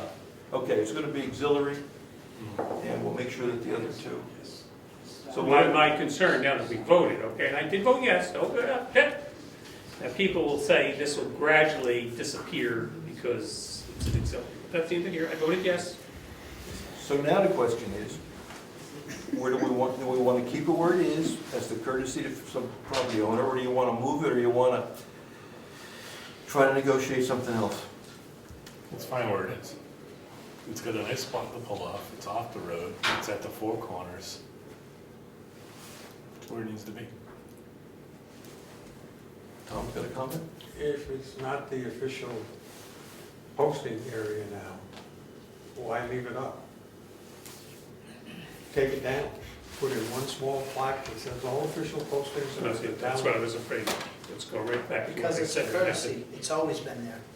It just doesn't legally bind the selectmen if somebody doesn't. Stuff, I don't think stuff's gonna get posted there, that's what I'm. Well, that's a wait and see. I was told, because I suggested taking it down, Yes. and I was told that it has historical value. It was the original, one of the original posting places. So I said, okay, we can still use it as a courtesy to people, but it's not official. But I didn't, to be honest with you, I have never touched it, looked at it, other than driving by. I don't know what condition it's in. It's bad. No, it's not bad, just the glass is broken. The glass is broken in the third pane. And I for the think most it's part, plexiglass, isn't it? Yeah, it's plexiglass. You and I talked about it. I forget. Come on, give me a break. You said, I'll pick up the glass, I'll meet you up there, you know? Cut that. It's actually solid, it needs the glass replaced, there's good pegboard back there, or whatever you call it, pin board. And it's fine, I used to post everything up there when Jesse used to do this job. I'm not gonna go until next time you posted. She would send me up there to put it all up there. But I just, now that I don't get copies of stuff and I don't get mandated, I don't do it. I want printed copies. You got a comment from the public? Yes, Richard? Would the Heritage Commission take issue with people ripping out historic artifacts by the roots from the town? Since it's on the Heritage Throw it in the burn Commission pile? chairman's property, probably not. Serious. Well, I got a comment. The historical and agricultural aspects of the town, things that are unique to this area. It'd be It's nice. just a bulletin board, it's not gonna make or break us, and it looks really good up there. I think it's worth maintaining and preserving. Okay. So I guess where we're at, we're gonna leave it there, we're gonna try to use it as a courtesy. The question is the truck, I don't think the truck's an issue, it's on private property. Can't do anything about it then. I mean, comments, I mean, we can, again, go to the zoning board and ask them if they wanna put a zoning ordinance in that you can't park. Or can we have a no parking zone? On private property? On private property? Well, if it's the, On private property? It's the property owner's property. we gotta get away around it. Yes, go ahead. We moved it once. I learned from this discussion, maybe there's a friendlier area to put it in the Oh, section of it's a town. friendly area. That's. Brad was first. Go ahead, I'm sorry, we're gonna move along, go ahead. Yeah, no, just a quick one. It's been there and maintained for more than 5 or 7 years. No longer than that. Doesn't that give us a right to Way use it? longer. They signed a contract, Yes. there's an I agreement. just have to find the There agreement. isn't? Yes, Yeah, there's an there is. I agreement. just remember installing it, I don't know. Well, there's an agreement There's an behind it. agreement. Okay. Janet? I just have to agree. find it. I agree with Bill's concern, and my fear is that because this is an auxiliary, it is gonna get kind of, oh, I don't have time to do it today, and pretty soon nobody posts. I'd love to see the selectmen make it a policy that all public notices that are put here and on the website also go to that auxiliary board, because it is useful, and whether it stays there or not, you've lost the liability of it getting removed. But at least there's a policy, and it will continue to get posted, because I just can see it fading away off the duty list from us, you guys. And we just said no to that, right? No, you said no to We said it's gonna be an auxiliary, which means we're not gonna do it. I thought auxiliary was that it wasn't gonna, you weren't gonna assume the liability if somebody ripped the posting down. because Or it wasn't having, gonna or work. having, it's interesting. Yeah, So we gotta get a minute. So we gotta define auxiliary. But we open this business up. Withdraw the motion. yeah. All right, I'll try to be clear. Be clear, because now people didn't understand what that meant. Yeah.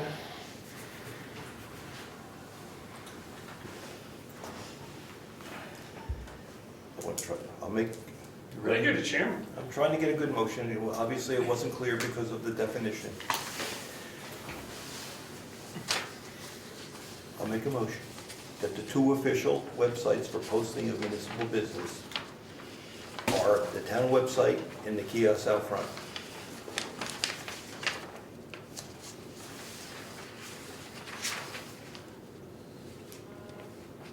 Period. That's the two official. Any other seconds? Okay, we're not gonna do that. Wait a minute, I'm thinking. You know, He's gonna, what happened to the other motion? Is this a place of or a second one to revive that one? it's gonna have to replace that one.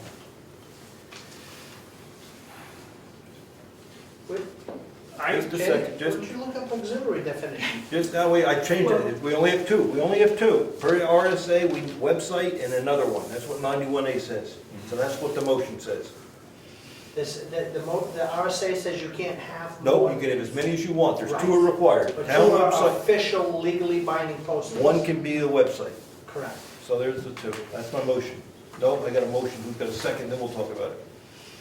We don't have a second, we don't talk about it. Could you read the motions before I make a decision to? Oh. That the town use the town website and the kiosk out front as our posting, our official posting site. May I suggest a change in that word? Sure. Shall be considered the official. That's fine. Shall's a good word. Shall's a good word, yes. Shall be considered for, No, shall means they will be. Not may, shall, it's shall. good, that's what I meant. Those two are shall, the same thing. Will be, shall be, The website and this one. the official. Yeah. It's better than nothing. I'll second. Okay, any discussion on this now? There's only two on the table. Then what's the point of having one up there if nobody's required to post anything? So you would have, I as a resident would have no faith that anything up on Stone Four Corners means anything. Just because it's not posted there, if the selectmen aren't willing to commit to posting it or making it a policy, are we keeping a board in glass because it's historical, or are we making a functional sign up in Stone Four Corners? I mean, I think it boils down to you guys have got to decide. If you, and I agree, you could use it or don't use it, but don't make it an auxiliary, because what's the point? Okay. Richard, you had a comment? Rick, you had a comment? I don't think we're that small of a town that we can't afford to maintain 3 places. That's my thought as well. It's It's It's not a way big- on the other it's- end of It's town. not a big It's- deal. It's, we can drive by or just get me printed stuff, I get it up there, it has to be maintained. I think we need to have a different spot in town. My issue is, I don't believe we're posting there the way we're supposed to post. Then I think we need to get on the stick. I was gonna say, step up and do the job. Yes, Fred? I would predict that if you make that Stone Road site no longer an official posting site, it will gradually wither away from disuse and disappear. So why not anticipate that and make a decision right now? Either to keep it as an official posting site or to abolish it entirely. Okay, I understand. And my input is, if we're gonna keep it, we have to use it. We have to use it, and we haven't been using it. That's the issue. So I feel the town's vulnerable that if we have a meeting that's posted and it's not posted there, it could be an invalid meeting. That's where the town is. But if we're gonna post it religiously, yes, Diane? I've never been involved in posting anything. Are these secure, No. notwithstanding the plexiglass? So Firewall. could there not be perhaps security, a lock cabinet, basically, so that whatever is officially posted cannot be removed by anybody? I mean, the selectmen essentially would need, or their agents would need to control what material is placed there and what then is subsequently removed. Using it as a community, but I didn't realize it was used as a community bulletin board. If it's for official communications, then it should be locked. Can I answer that? There's too many people to post there. I go up there and post for the Conservation Commission, and then Greg will go up and do something for the Cemetery Commission, and somebody for the Supervisor. treasurer. Planning There's a board. whole bunch of people that would have to have the key if you're gonna do that. We could put the key in a secret spot. Hang the key right on the front nail behind And now, is posting, does it have to be there, or if I go and post the meeting and 2 days later somebody takes it down, have we fulfilled the obligation of posting? We fulfilled it, yes. As long as you can testify in court that, yes, I did that, you're okay. Most of them up there, it's not a matter of somebody taking it down, it's just some of them are a year old.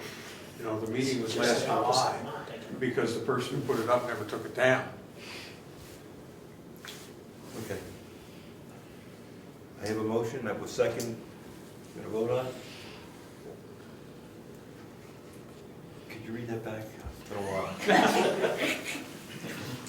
You made a motion Do you have that two, the 2 official yes, I had the web. sites shall be considered for posting on the website and the kiosk Yep, here. that's the motion. All- No. Well, give me a chance.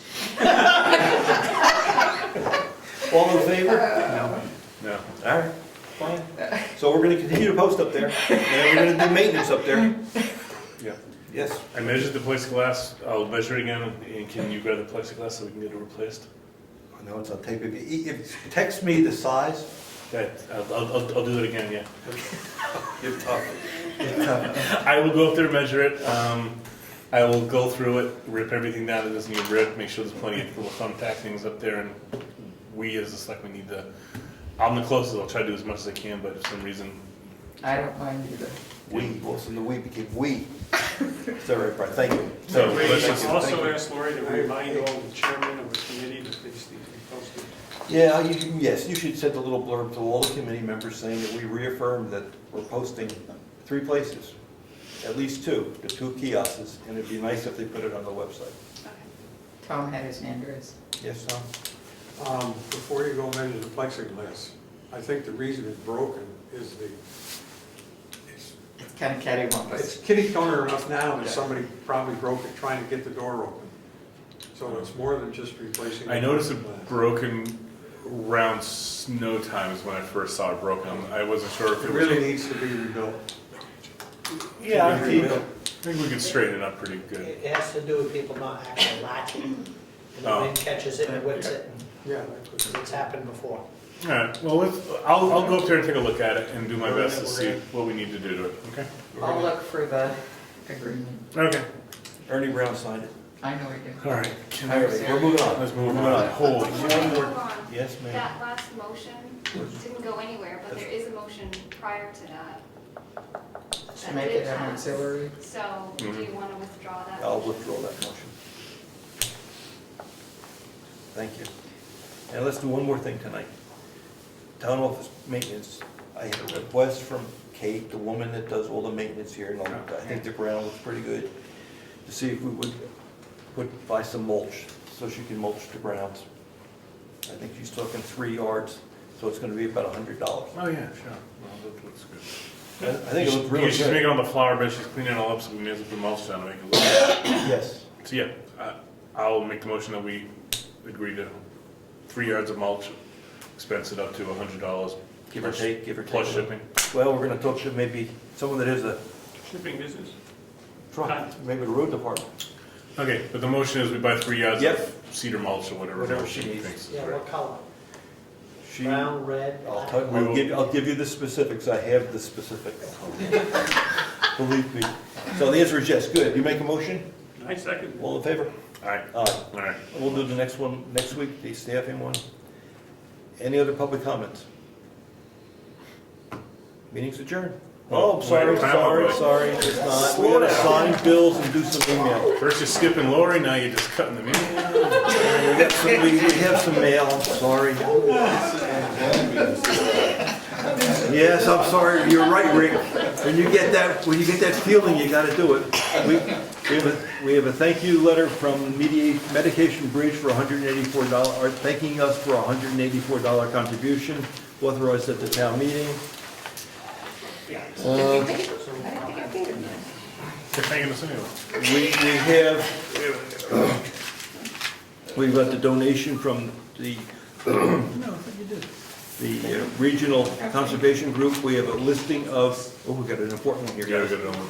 We have from the DOT, the red listed bridges, the bridges that are red listed, and yes, Moose Mountain is still on the list. We'll put that over yonder. They can take it off. And we've got an important issue. We've got an issue here for an abatement filed by Eversource, formerly Public Service of New Hampshire. They want an abatement on, we taxed the telephone poles, just like we taxed Fairport when they were using the poles. They sued us. We settled. Eversource wants an abatement on their part of the pole tax. And so they filed an abatement request, it went, per our process, it went to Avatar. Avatar says, we recommend you deny that. So I think we should follow Avatar's recommendation and deny it. They were talking about the same pole, or we're talking about their poles are different from the other poles? There you go. But wait a minute, you read it, what was it? There's only one set of poles, Oh, Phil. that's what I'm saying. All right, so are they saying they want this, well, I'm thinking for taxing purposes. Yeah. Do they want the same rate as the other company does? I guess is all I'm asking. No idea. Here's the whole package, their abatement request. I mean, you know we're gonna get, you know where it's going. Yep. No, we're gonna go to court, we're It's going to going, court. it's going to court. Again, Different company, but we've learned, we're a little smarter this time. Get up while the getting's good. For years, they paid it. Well, I think at least we should start off with what the hell. Yeah. Yeah, we'll see where we go from there. Okay. You sign now?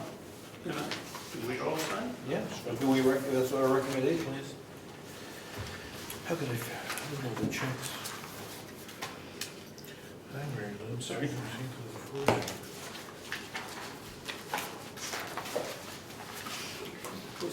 Okay, is there any other mail? No, these are, now we found out, these are copies for us. Virginia now makes copies for us before we did. Jessica had us do, that's That's pretty good. okay. What we found out, because the planning board hit them the other night, those two forms, I talked to Virginia, she is now gonna put our copies on them and say copies for the selectmen and copies for the planning board, so we know they're for our information and not our action. Was the second one incomplete, or was that just copied that way? That was a copy for us, the Conservation Commission signed it, Virginia signed it. Did you mail them out, Tom? I mailed the original that they wanted to the state. So, we got copies and we didn't know what. Yes, part of their request is they have to send us 5 copies, so that everybody gets a copy and then one goes on to the state. Oops, there's some more here. Confusion with one of the copies. Did you look was at, outside. did you look at the plan? Yeah, that one was cool. The other one didn't see It's something. in the garden, it's close to the lake. So you, that is I three. wrote it out. That's three. That can be three. That's okay. There's- Yeah. I'm sure It was there's thousands that are done. In the envelope, In the the envelope, glue in sealed. the envelope sealed and out. So we know one. Yeah. Yeah. All right. So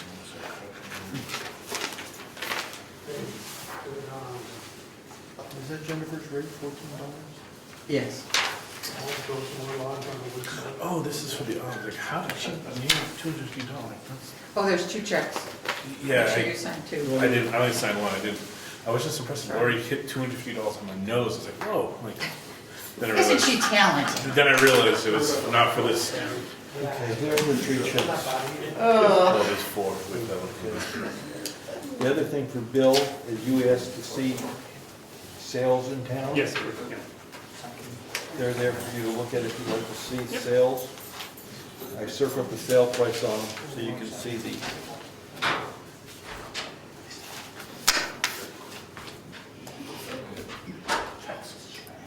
Bills? That's it though? I think that's it. All the mail's been read. So you wanna see me use adjourned, we're just signing bills? Yeah. Go ahead, I'll do that. Can I say something before you close the meeting? Yeah. Did you do anything with the advice of the poll licenses?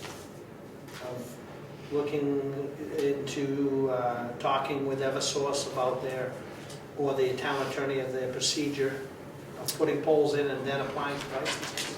I've got to email Laura on that. I will. Thanks for reminding me. I'll do it tomorrow. Both forgot to do that. Oh, I don't know. And Yeah, that was me. the question also with that is we have remember a number that were submitted that are incomplete? Yeah. Yeah. I could take a day and a half and drive through town and come up with a pretty extensive list of polls that are in with no paperwork. And hence that supports, that goes against the argument earlier tonight about the poll having a Go, yeah. And the right way. agreement. Easement? Easement.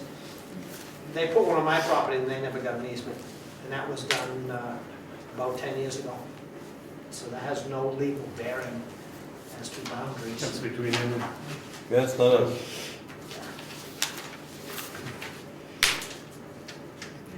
Yeah, meeting, anything else? Meeting's adjourned, thank you.